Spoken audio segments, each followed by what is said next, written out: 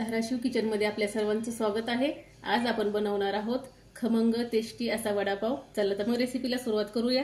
4 मोठे बटाटे घेतलेले आहेत उकडून बारीक करून। आपल्याला जेवढे वडे बनवायचे त्या अंदाजे आपण बटाटे घ्यायचे आणि पावशेर बेसन पीठ, कोथिंबीर, कढीपत्ता, लसूण, अद्रक, हिरवी मिरची आपल्या अंदाजानुसार घ्यायची, पुदिन्याची पाने घेतलेली आहेत बारीक करून, जिरी, मोहरी, मीठ आणि हळद। चला आता आपण वडे बनवायला सुरुवात करूया। हिरवी मिरची, लसूण, अद्रक ह्याची पेस्ट करून घेणार आहे मी आता भाजी बनवण्यासाठी बटाट्याची। वडे बनवण्यासाठी कोटिंग कसं तयार करायचं ते आता पाहूया आपण। अर्धा चमचा हळद टाकणार आहे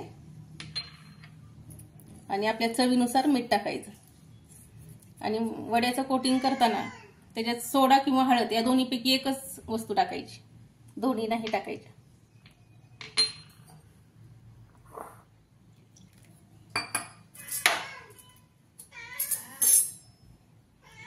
आणि थोडासा ओवा टाकणार आहे।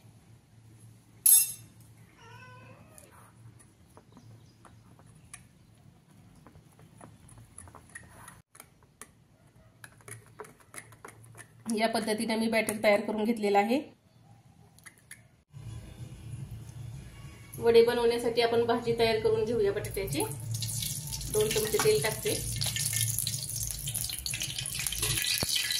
तेल चांगले गरम झाले की त्यात टाकणार आहे जिरी, मोहरी, कढीपत्ता, हिरवी मिरची, लसूण आणि अद्रक हे बारीक केलेलं।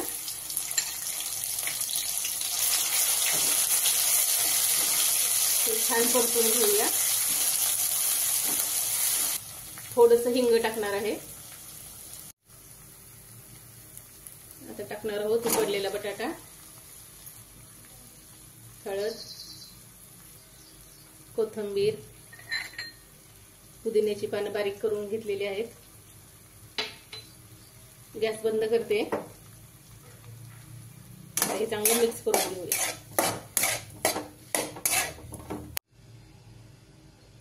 तयार झालेली आहे आपली वडे बनवण्यासाठी भाजी।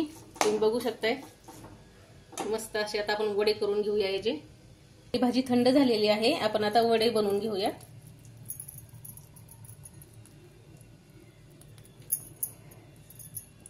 हे असे वडे बनवणार आहे मी या साईजचे। या पद्धतीने मी सगळे वडे तयार करून घेतलेले आहेत। आता आपण तळून घेऊया। तेल आपलं गरम झालेलं आहे। आपण आता वडे तळून घेऊया।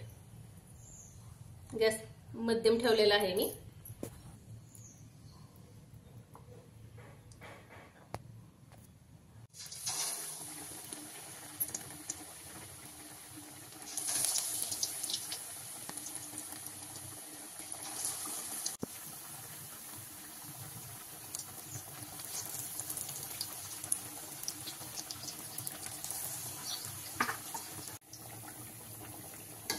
बारीक गॅसवर आपण वडे तळून घेणार आहोत। गॅस जास्त फुल करायचा नाही, मीडियम गॅस ठेवायचा। मध्यम गॅसवर तळून घ्यायचे। बघू शकताय मस्त असा कलर आलेला आहे वड्यांना। आपले वडे तळून झालेले।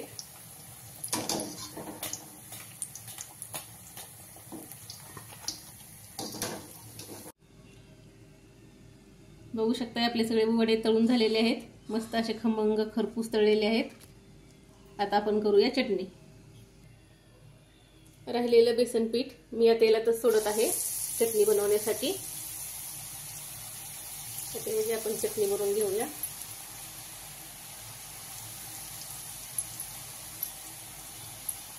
राहिलेलं बेसन पीठ हे अशा प्रकारे मी तळून घेतलेलं आहे।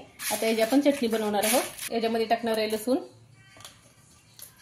आणि 1 चमचा लाल तिखट।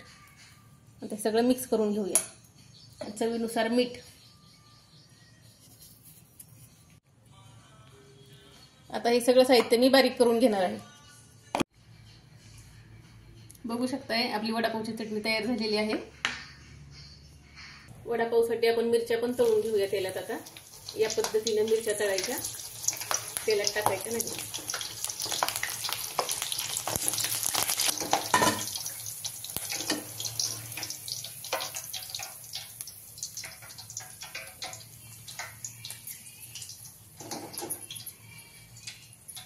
थोडंसं मीठ टाकून घेणार आहे.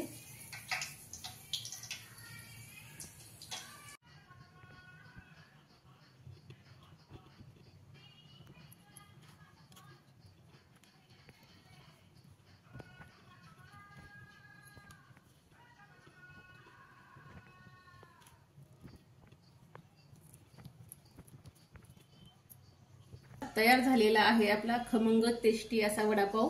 तुम्ही पाहू शकताय. रेसिपी आवडल्यास चॅनलला लाईक आणि सबस्क्राईब करायला विसरू नका.